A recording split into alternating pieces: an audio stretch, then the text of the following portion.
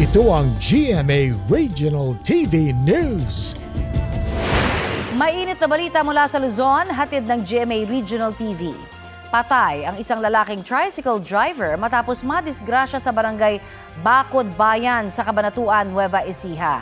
Chris, meron na ba tayong tinitingnan na sanhi nitong naging aksidente? Connie, ang hinala ng pamilya ay inatake ng sakit na epilepsy ang nasawing tricycle driver kaya siya nawalan ng kontrol sa pagmamaneho.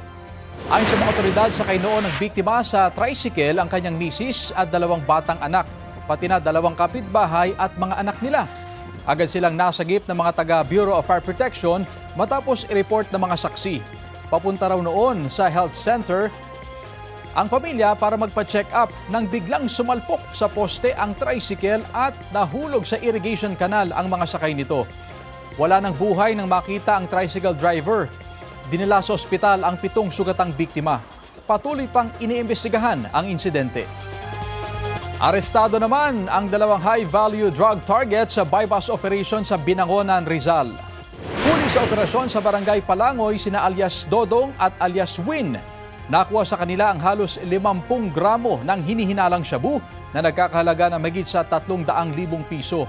Nakuha rin ng mga otoridad ang isang sling bag, cellphone, baril, 4 na bala at buy-bust money. Nasa kustodiya na ng pulisya ang mga sospek na tumangging magbigay ng pahayag. Naharap sila sa karampatang reklamo. Ito ang GMA Regional TV News. May init na balita sa Visayas at Mindanao, hatid ng GMA Regional TV. Nagkasunog sa Negros Oriental Provincial Hospital sa Dumaguete City. Sara, kumusta ngayon ang operasyon sa ospital? Rafi, suspendido muna ang operasyon ng outpatient department ng ospital. Batay raw yan sa rekomendasyon ng Bureau of Fire Protection. Kabilang kasi ang outpatient at ang pediatric room sa mga naapektuhan ng sunog nitong Martes ng gabi. Mabilis na nakalikas sa mga empleyado, pasyente at mga bantay nang sumiklab ang sunog nitong Martes ng gabi. Wala namang naiulat na nasaktan. Inaalam pa ang pinagmulan ng apoy. Sa General Santos City, sugatan sa pamamaril ang driver at pahinante ng isang truck. Nangyari yan habang chine-check ng pahinante ang nakaparada nilang sasakyan sa Barangay Lagaw. Ang nakaupong driver ang binaril ng dumating na riding in tandem. Tinamaan siya sa balikat at leeg. Nagtamo naman ng minor injuries ang pahinante dahil sa tumalsik na debris ng truck.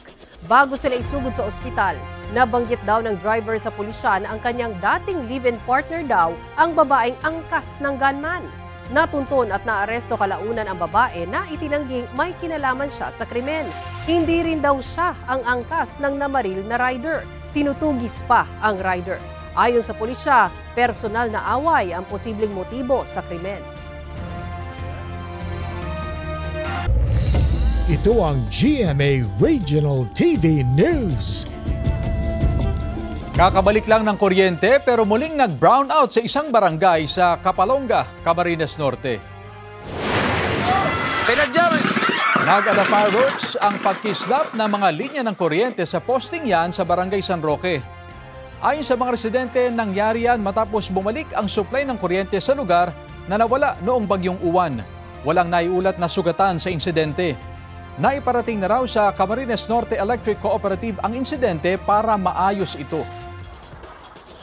Ipinapahinto na ang search and retrieval operations para sa mga nawawalang residente sa pananalasa ng Bagyong Pino sa Negros Occidental. Ayon sa Office of Civil Defense Negros Island Region, maaari pa ring mag-request ang mga kaanak ng nawawalang residente kung gusto nilang ipagpatuloy ang paghahanap.